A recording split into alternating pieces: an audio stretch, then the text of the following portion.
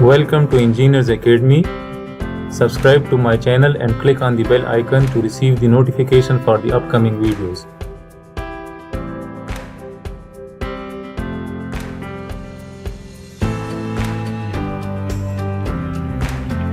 Today in this lesson we are going to talk about nested for loop. So when we write such a structure in MATLAB in which one for loop is inside another for loop, or more than one for loops are inside another for loop, so then this kind of structure in MATLAB is called nested for loop. So I will explain nested for loop using this example. So we have this example. So the function of this example is that it will generate a matrix according to the user. So whatever the user enters the number of rows and columns for a matrix, so it will generate a matrix of that order, whatever order has been entered by the user. So this is the simple syntax for that. So if in this first line it will ask the user to input the number of rows for your desired matrix, and then it will ask the user to input the number of columns for your desired matrix. So let's suppose the user enters 2 rows and 3 columns. So what he wants is that he wants to generate a matrix A of order 2 cross 3, 2 rows and 3 columns. So then what the script file will does is that now the number of rows, so the user has stored 2 in rows and 3 in columns. So now we are having rows equal to 2. So what this will do, first, for whenever the program will enter this for, so r will be equal to 1. So here for the first pass of this initial for, so the r will be equal to 1. So let me write r equals 1. So then it will enter the second for loop. So when it enters the second for loop, so then it will initiate c equals to 1. So this c is the loop variable for the second for. So then c will be equal to 1. And then what will this line do is that it will tell the user that enter a1 element. So instead of %d, the values of r and c will be replaced. So r and c values will be replaced, and on screen it will be printed that enter a11. So it will tell the user the address of that element that we will be asking to enter. So then he will enter some value. So let's suppose he enters 3. So then the output will be a equals to 3. So then initially it will be a scalar, right? For each one pass of the outer for each one pass of outer for, this for will execute the number of times which the user has entered. So it will execute equal to the columns value. So if the user has entered column equals to 3, so then what will happen, that is for each one pass of this outer for, this inner for will execute 3 times. So when it executes 3 times, so then this for will end up, and then we will enter into the outer for. So then r will be incremented by 1. So when r is incremented by 1, so then again this for loop will be executed 3 times again. So now let's suppose if we have r is equal to 1, so then initially it will be c1. So then it will ask the user that input a11 element, and then still we are in the second for loop. So then c will be incremented, and the next time c will be 2 and r will be 1. So then it will ask enter a12 element. So then the user will enter that element. Then still we are in the inside for loop. So then c will be incremented, and then this time it will be 3, and still the r is 1. Right, so then it will ask the user that enter a13 element. So he will enter that element, right? So the user will enter this element. So now when c reaches 3, so then this for loop will terminate, and then we will exit to the outer for loop. So then when we exit to the outer for loop, the r will be incremented by 1 value, and then we will be r equal to 2. The value of r will be equal to 2 when we enters this outer for loop, and then we will enter this second for loop. So then c will be set to 1, right? So for each one value of r, c values will be 1, 2 and 3. This means that for each one pass of outer for, the inner for will execute 3 times, right? So let's see this in MATLAB. So I have already written this program. So let's suppose if I run this, so it asks me that enter matrix rows. So let's suppose if I enter 2 and I enter 3. So the number of rows, I want to have a matrix of 2 cross 3 matrix, right? So then it asks enter A11 element. We are in this line and it says A11 element. R is equal to 1, C is equal to 1. So if I write 8, so C in A we have stored 1 value, right? And now it says that enter A12. So still R is 1 and column is 2, C is 2. So if I write 6, so now we have stored 2 values in A. And we are going in the first row. We are still in the first row and we are incrementing the columns of this matrix. So now it is asking me that enter A13 element. So let's suppose this time I enter 9, right? So we want to have a matrix of 2 cross 3 columns. So 3 columns. So we reached the last column. So then what happened is that this for loop terminates and then we enter into this for loop. So R is incremented by 1. So now it says that enter to 1 element. So now we are in the second row. So if I write 7, so see now we are in the second row and now it asks that enter to 2 elements. So if I write 4 and then it says that enter to 3 elements. So if I write 1. So the program ends and the user has entered a matrix of its own will, of its own desire. So let's suppose if I run this again and this time I want to have a square matrix of 2 cross 2, right? So then it asks me to enter A11 value. So I will write 4, then I will write 6, 8 and 9. So this is a script file for asking the user to enter the number of rows and columns of his desired matrix, and then it will ask the user to enter one by one element of that matrix that he wants. I hope you people would have understood until this point. Now this is another example for nested for loop. So what this script file does is that it extracts even number from any random matrix. If we give it any random matrix, so it will extract the even values from that matrix and will store them in a new matrix, and those even numbers will be at the same location, and wherever there are odd numbers, so there will be zeros in that position. So let's suppose if we have a matrix, let's suppose we have 1 2 3 4 5 6 7 8 and 9. So what it will do at the end it will give us 2 0 0 4 0 6 0 and 8 and 0. Wherever there are even numbers, so they will be displayed and other values will become 0. So how this script file will work is that we will check one by one element of this A matrix, and then what we will do that we will generate another matrix with zeros and ones, right? So if we will check that if A11 element is even, so then what we will do, we will store 1, and if it is odd, so we will replace the first element of this x by 0, and this x will be of the same order of A, right?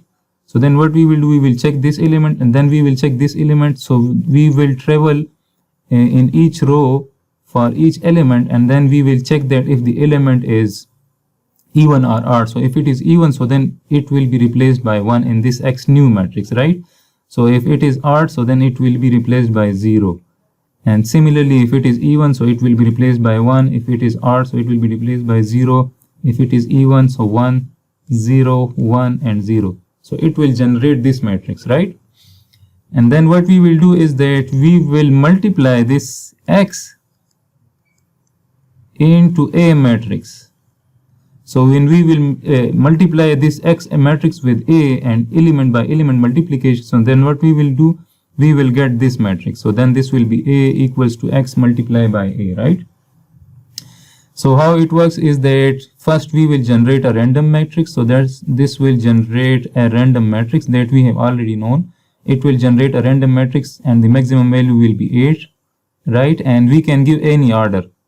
we can give any order to this random matrix. So this program will works for any order. So here I have entered an order of 1 cross 2. You people can enter any order. We will check it. Then what we will do is that we will save the size of A in M and N. So what it will do, if we have entered the order of A as 1 cross 2, so then M will be equal to 1 and N will be equal to 2, right?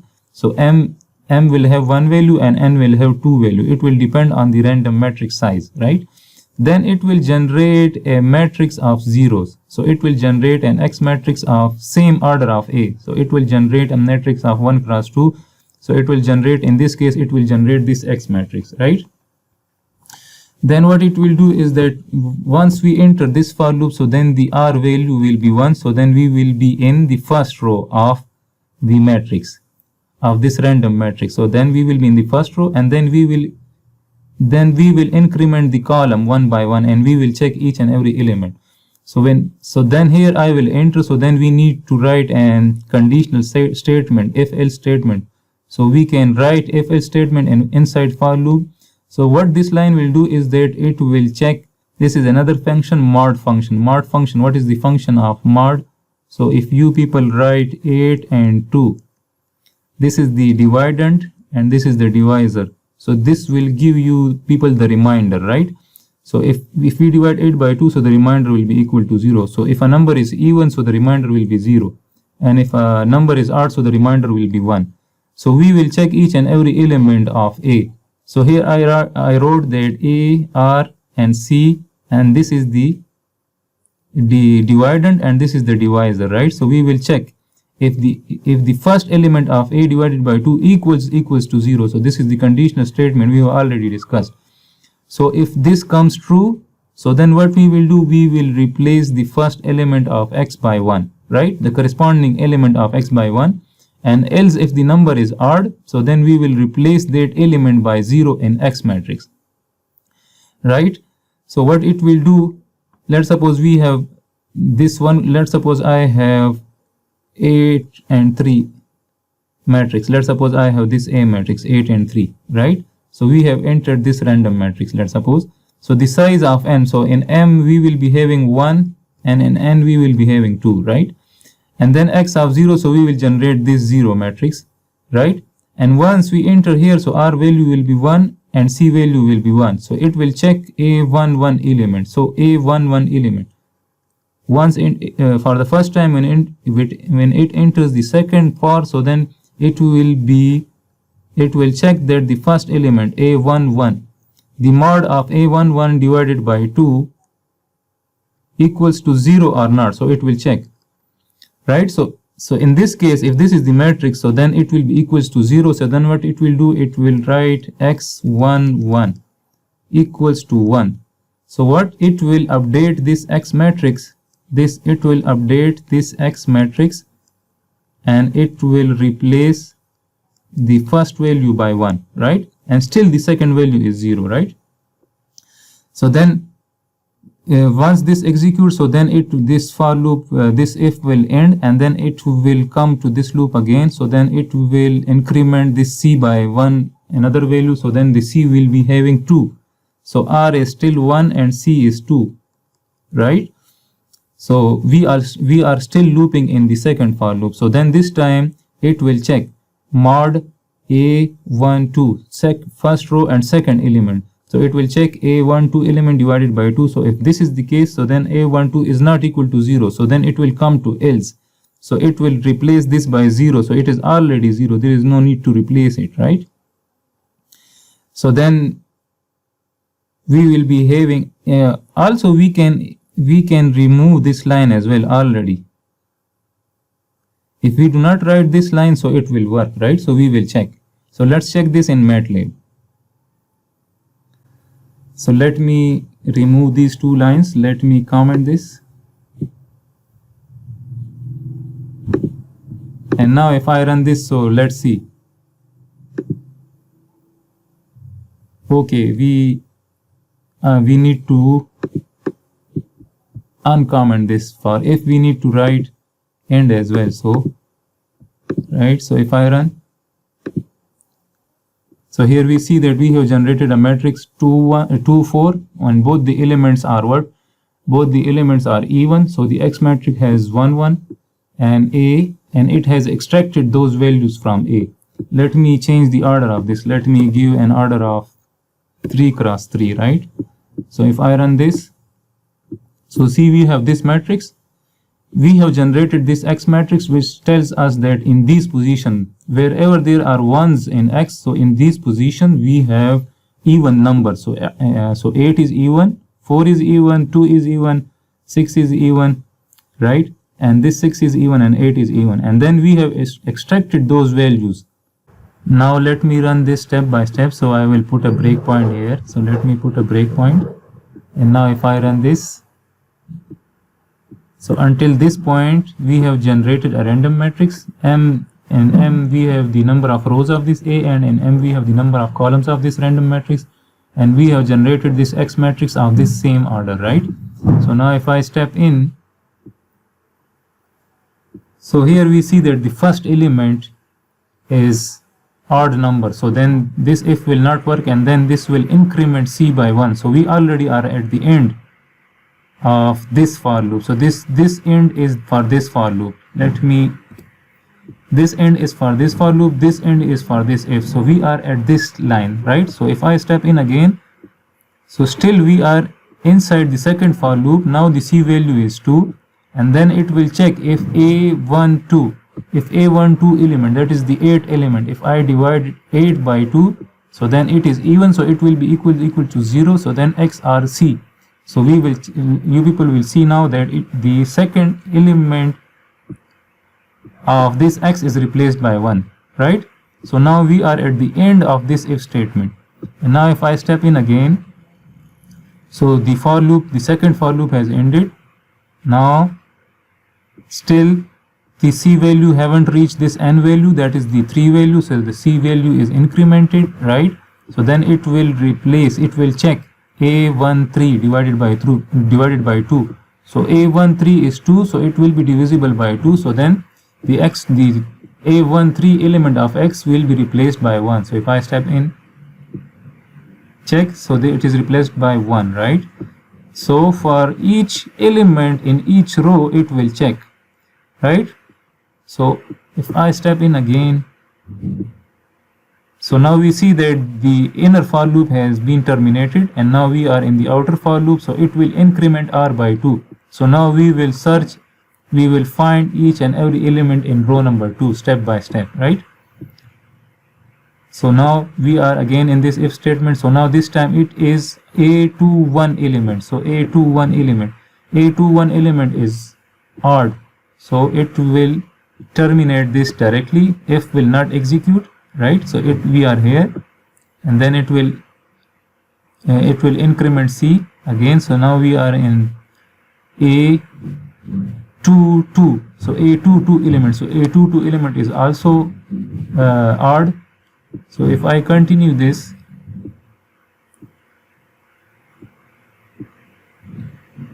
so see that it has extracted, it has generated this matrix X wherever there were even numbers. So we can see this is A matrix. So wherever there are even numbers, so those even numbers are replaced by 1, right?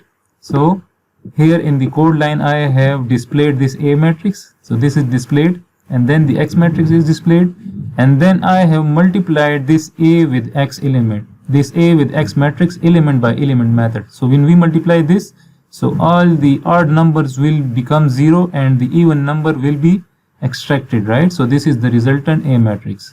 I hope you people would have understood this nested for loops. So you people keep in mind that these nested for loops are not restricted until this point. They have very wide application. So do practice the examples and problems from the book, and we will also apply these nested for loops in the coming lessons as well.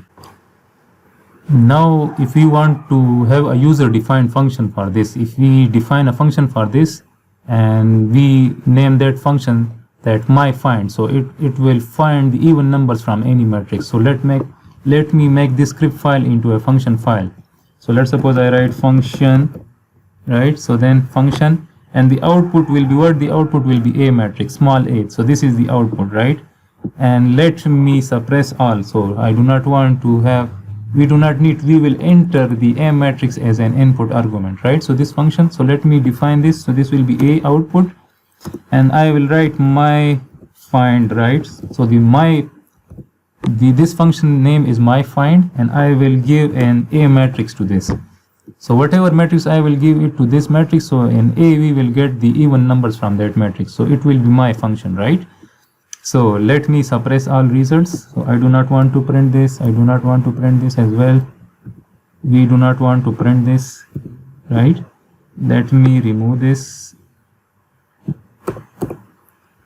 And we do not want to print these as well, right?